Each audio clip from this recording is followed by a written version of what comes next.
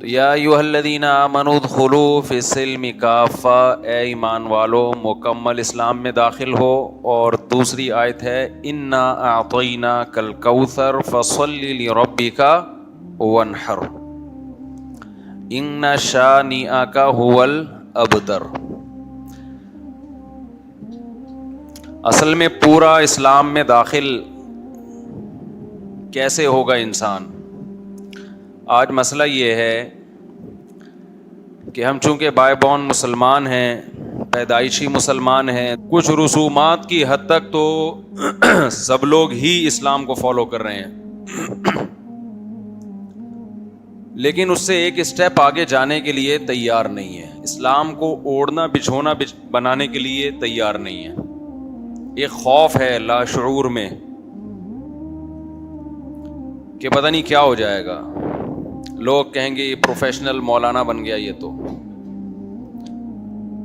لوگ اسلام کی طرف نسبت کو تو پسند کر لیتے ہیں جو مسلم ہیں، لیکن انگلیاں اٹھیں کہ یہ پروفیشنل مسلم ہے، یہ تو مولانا لگ رہا ہے، یہ تو مذہب پریکٹسنگ مسلمان ہے. اس طعنے کو لوگ، جو ہمارا ایک لبرل طبقہ ہے، وہ برداشت نہیں کرتا.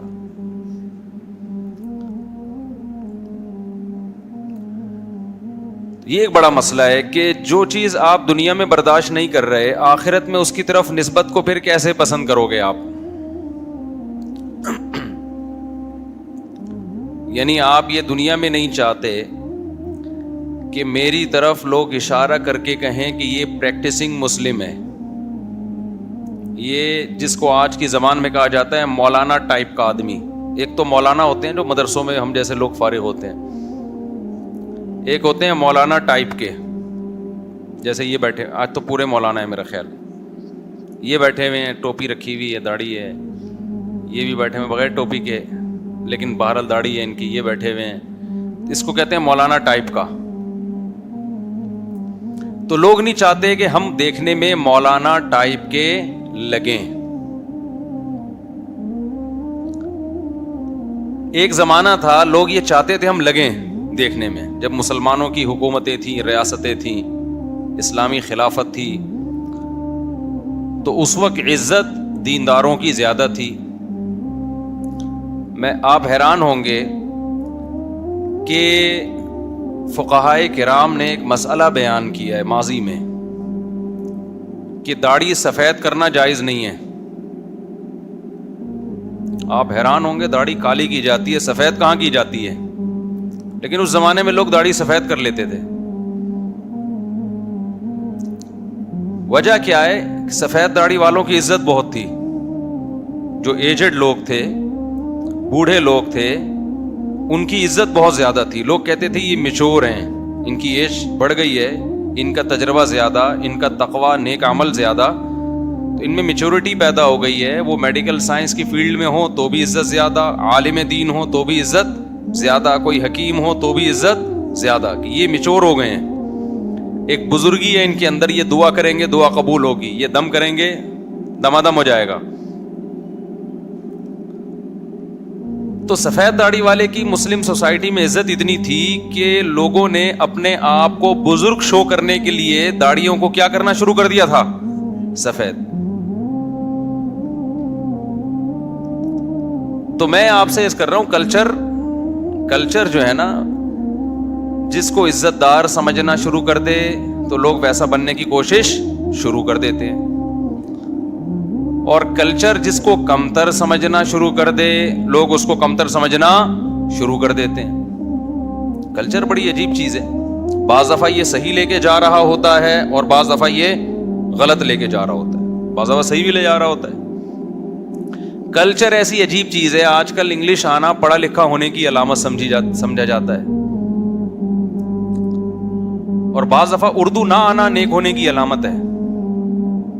کتنے ہائی پروفائل ایجوکیٹڈ ہیں، اردو ہی نہیں آتی، حالانکہ پیدا یہاں ہوئے، اردو اسپیکنگ میں رہے، بہت پڑھے لکھے ہیں بھائی، ان کو اردو نہیں آتی. تو یہ تو اس کی علامت ہے کہ اوپر سے بھی خالی ہے. یعنی ایک آدمی جس زبان میں رہتا ہے وہ تو آئی جاتی ہے نا، دائیں بائیں سے سن کے وہ بھی نہیں آ رہی. اس کا مطلب اس کا تو چیمبر بھی خالی ہے اوپر سے, لیکن اس کو کیا سمجھا جا رہا ہے؟ فخر.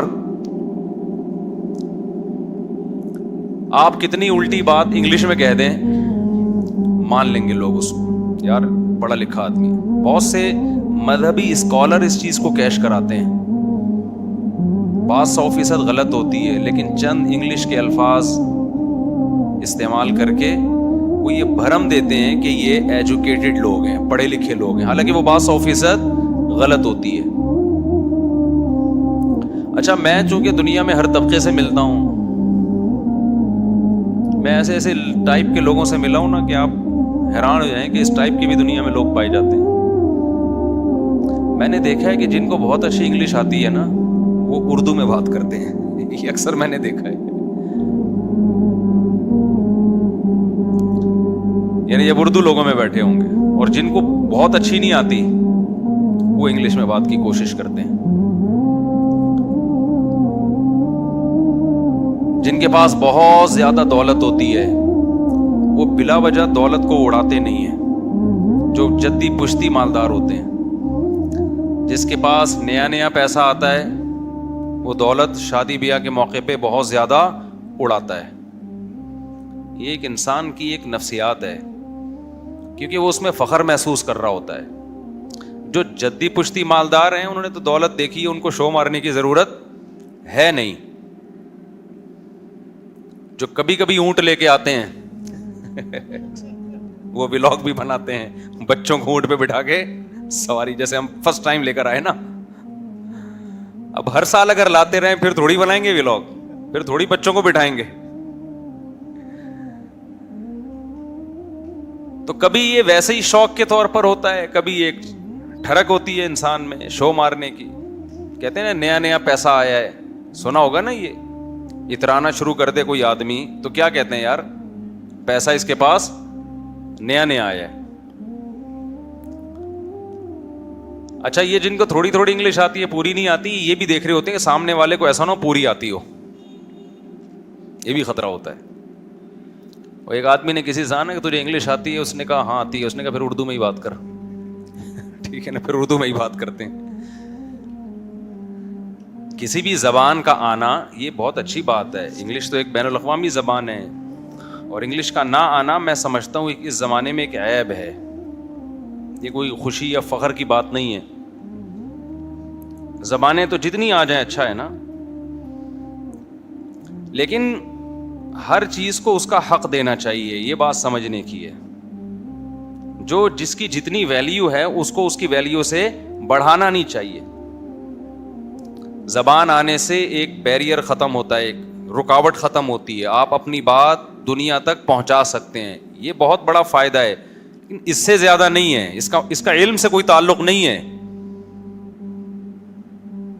ہم نے بڑے بڑے علماء دیکھے ہیں جن کو اللہ نے بہت علم دیا, لیکن وہ اپنی بات لوگوں کے سامنے بیان نہیں کر سکتے, ان میں اسپیکنگ پاور نہیں ہے. تو کیا مطلب وہ علماء بیکار ہیں؟ معاذ اللہ, ان کی علمیت سے فائدہ نہیں اٹھایا جائے گا. لیکن جب وہ کسی چیز پہ ریسرچ لکھتے ہیں تو وہ حق ادا کر دیتے ہیں. ان کی کتابیں ہیں, ان کے تحقیقی مقالے ہیں. ہندوستان میں علماء جو گزرے ہیں, بڑے بڑے پائے کے علماء گزرے ہیں, آپ ان کے تحقیقی مقالے پڑھیں, انسان حیران ہو جاتا ہے. انگلش نہیں آتی تھی ان کو تو لوگ ان کو عالم نہیں سمجھتے. مولانا سرفراز خان صفدر صاحب رحمہ اللہ تعالی گجرانوالہ کے, آپ ان کی کوئی بھی کتاب اٹھا کے پڑھ لیں, پنجابی اسپیکنگ تھے, بات چیت میں بھی پنجابی لب و لہجہ. ہو سکتا ہے کوئی ان سے ملے تو کہے کہ شاید ان کے پاس علم نہیں ہے. کئی بار دورہ تفسیر مکمل کیا انہوں نے. آپ ان کی کتابیں اٹھا کے دیکھیں, انسان حیران ہو جاتا ہے کہ یہ ایک صفحہ جو انہوں نے لکھا ہوگا اس میں مہینے لگے ہوں گے, مہینے. اتنی ریسرچ کیا دنیا جانتی ہے ان کو؟ سوائے چند مذہبی طبقے کے لوگوں کے, لوگ نہیں جانتے ان کو. لوگوں کے ذہن میں علم کا ایک اور ہی کانسیپٹ ہے. ان کی کتابیں ضرور پڑھیں, یاد رہے گا مولانا سرفراز خان صفدر صاحب, لیکن اردو ذرا گاڑھی ہے ان کی. جب وہ کسی چیز پہ ریسرچ کرتے تھے, تحقیق کرتے تھے, تو کتاب کا ریفرنس دینے کے لیے اصل کتاب لازمی دیکھتے تھے وہ. ہمارے یہاں یہ ہوتا ہے نا کہ فلاں نے فلاں کتاب پہ لکھا ہے, تو وہ فلاں کتاب منگواتے تھے. انہیں پتا چلا کہ یہ کتاب دنیا میں ترکی کے فلاں لائبریری میں ہے, تو بندے کو بھیجا جہاز سے, جاؤ فلاں جگہ یہ کتاب تلاش کر کے صفحہ کھول کے مجھے بتاؤ کہ یہ عبارت لکھی ہوئی ہے یا نہیں ہے. اس طرح سے کتابیں لکھتے تھے وہ.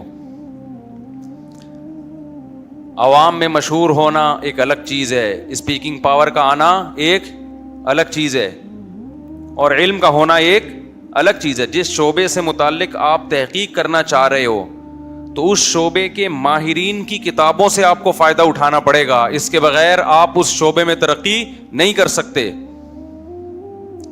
لیکن ہم دیکھ رہے ہیں آج کل بالکل فارغ ترین لوگ انگلش کے چند ایک جملے استعمال کریں گے, بھرم میں لانے کی کوشش کریں گے کہ ہم کیا ہیں, پڑھے لکھے, پیچھے سے کیا ہوں گے, بالکل خالی.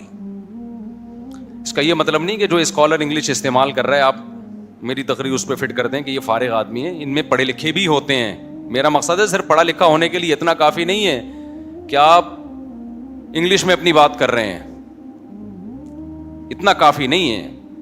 پہلے نالج ہونی چاہیے آپ کے پاس. دیکھیں گاؤں دیہاتوں میں اردو کی ویلیو ہے.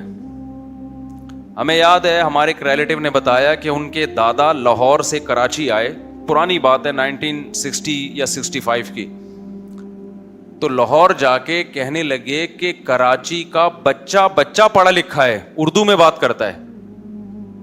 سمجھ میں آ رہی ہے بات؟ اس وقت اردو استعمال کرنا پڑھا لکھا ہونے کی بولو دلیل تھی, علامت تھی کہ اردو بول رہا ہے. ہم سرگودا جایا کرتے تھے بچپن میں, ہمارے بھائی بتاتے کرتے تھے کہ پولیس والے نے اگر روک لیا آپ کو, آپ اس سے اردو میں بات چیت شروع کر دیں تو وہ چھوڑ دیتا تھا. ایسا بچہ شریف لگ رہا ہے. کیا لگ رہا ہے؟ پڑھا لکھا لگ رہا ہے اور شریف لگ رہا ہے. ہم بھی جایا کرتے تھے. ہمیں یاد ایک دفعہ ہمارے گھر, وہاں ہمارے نانا کا گھر تھا, تو مجھے روٹیاں لینے کے لیے بھیجا. روٹیاں تندور پہ نا کہ کھانا پک رہا ہے, جاؤ روٹیاں لے آؤ. میں گیا تندور پہ, میری عمر 13 سال 14 سال ہوگی. میں نے جا کے کہا کہ بھائی مجھے پتہ نہیں 10 روپے کی روٹیاں چاہیے, 20 روپے کی روٹیاں چاہیے. صاف اردو میں نے استعمال کی تو سب مجھے مڑ مڑ کے دیکھنے لگے کہ اتنی تمیز سے روٹی مانگنے کی کیا ضرورت ہے بھائی آپ کو. صحیح ہے نا, تمیز کی زبان ہے نا اردو. وہ مجھے اچھی طرح یاد ہے. وہ عورت تھی جو کوئی دیہاتی عورت تھی, وہ تندور پہ روٹیاں بنا کے بیچ رہی تھی. وہ بھی مجھے دیکھنے لگی کہ وڈا پتہ نہیں کوئی کراچی نو منڈا آیا ہے تے وڈی تمیز سے بات کر رہا ہے, جیسے کوئی معاشرتی علوم کا پیپر حل کر رہا ہو یہاں بیٹھ کے. میں نے ان سے کہا کہ آپ مجھے 10 روپے کی روٹیاں دے دیے یا 20 روپے کی, یا جو بھی اس زمانے میں ریٹ تھے. تو وہ سب مجھے دیکھ رہے تھے, ہنس بھی رہے تھے کہ یہ کس اسٹائل میں بات کر رہا ہے بھائی, یہ اتنی تمیز, روٹیاں لینے کو رشتہ لینے آئے ہو کیا. بڑی عزت تھی اردو کی. زبان ایسی اصل میں بڑی خوبصورت زبان ہے, لیکن اردو دانوں نے اس کی قدر نہیں کی. اور کمال کی بات یہ کہ اردو پہ پنجاب میں کام زیادہ ہوا ہے. پنجابی قوم نے اردو کو زیادہ پروموٹ کیا ہے. آپ جتنی لغات اٹھا کے دیکھ لیں, ڈکشنری کی کتابیں وہ پنجاب والوں میں ملیں گی. بڑے بڑے شاعر آپ کو کہاں ملیں گے؟ پنجاب میں. علامہ اقبال نے اردو کو کتنی ترقی دی, وہ تو پنجابی تھے. خیر ابھی یہ میں اردو کے فضائل تو میں 20 دفعہ بیان کر چکا ہوں, ابھی یہ موضوع نہیں ہے. ابھی تو میرا بتانے کا مقصد یہ ہے کہ جس چیز کا کلچر میں جس کو عزت سمجھا جاتا ہے لوگ اس کو عزت سمجھنا شروع کر لیتے ہیں, جس کو ذلت سمجھا جاتا ہے لوگ اس کو ذلت سمجھنا شروع کر دیتے ہیں. کبھی انشاءاللہ موقع ملا نا total A to Z Urdu کے فضائل پر بیان کروں گا. مزہ نہ آئے پیسے واپس, مزہ نہ آئے پیسے واپس. اردو ہے کیا اور کیسے ہم نے اس کے ساتھ ناقدری کی ہے. زبانیں خوبصورت بھی ہوتی ہیں اور زبانوں سے پورا کلچر چینج ہو جاتا ہے.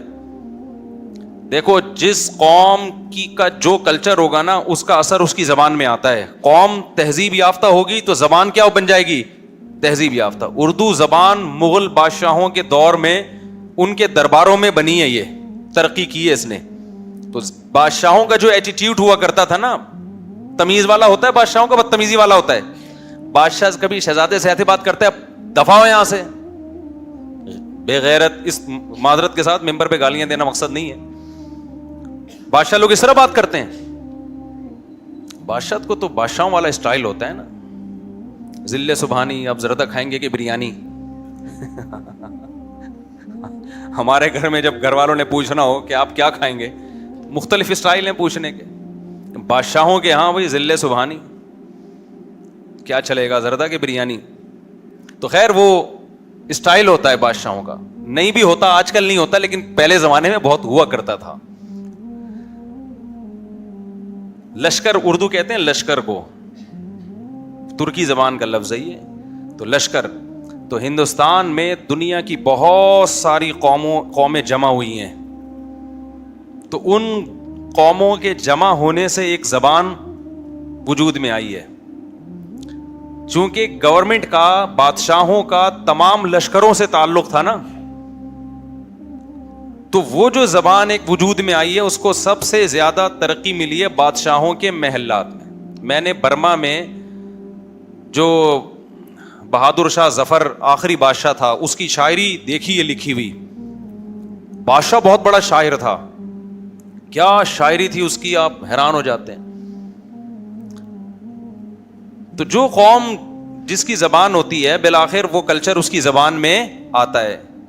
تو اگر آپ وہ زبان سیکھتے ہیں تو آپ بھی اسی تہذیب میں ڈھل جاتے ہیں, اور اگر آپ اس زبان سے رشتہ چھوڑ دیتے ہیں تو وہ تہذیب آپ سے آہستہ آہستہ ختم.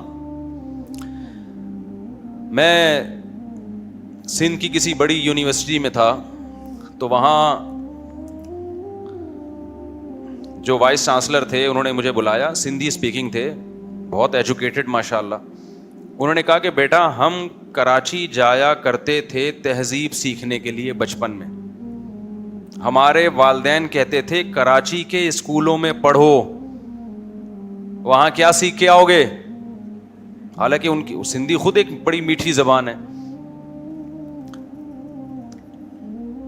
مٹھاس سندھی زبان میں بہت زیادہ ہے, لیکن تہذیب کس میں ہے؟ تو کہہ رہے ہیں تہذیب سکھانے کے لیے کہاں بھیجا کرتے تھے؟ کراچی کے اسکولوں میں.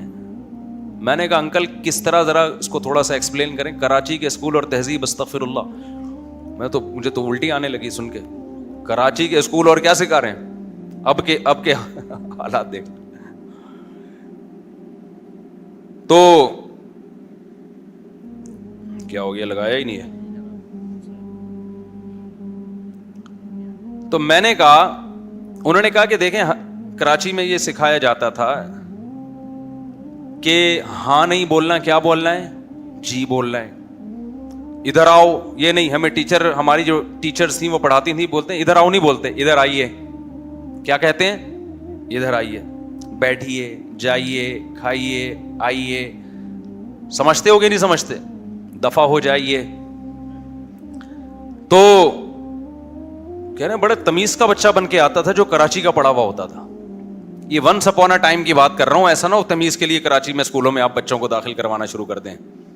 ابھی نہیں ہے, ابھی تو گٹکے, پان اور ماشاءاللہ جو بھی حساب چل رہا ہے وہ آپ کو پتہ ہے کیا ہو رہا ہے. ہمارے لیڈروں نے الحمدللہ ایسا بیڑا غرق کیا ہے, تہذیب کی بھی ایسی کی تیسی کر دی, اور جن کو ہم نے لیڈر بنایا انہوں نے کیا ہے سب کچھ.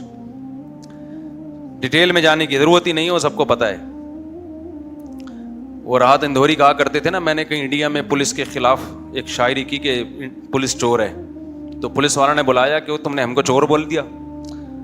تو کہتے ہیں میں نے کہا کہ بھائی وہ میں نے پولیس کو کہا ہے, آپ کی پولیس کو تھوڑی کہا ہے. انہوں نے کہا پتہ نہیں کہ دنیا کو کہ کون سی پولیس چور ہے, سب سمجھ جائیں گے کس کی بات ہو رہی ہے. تو یہ صرف انڈیا, پاکستان, بنگلہ دیش تقریباً تینوں کا ایک ہی حال ہے, لیکن ہماری پولیس چور, کیونکہ پولیس والے بھی بیان سنتے ہیں بھائی نہیں ہے وہ چور.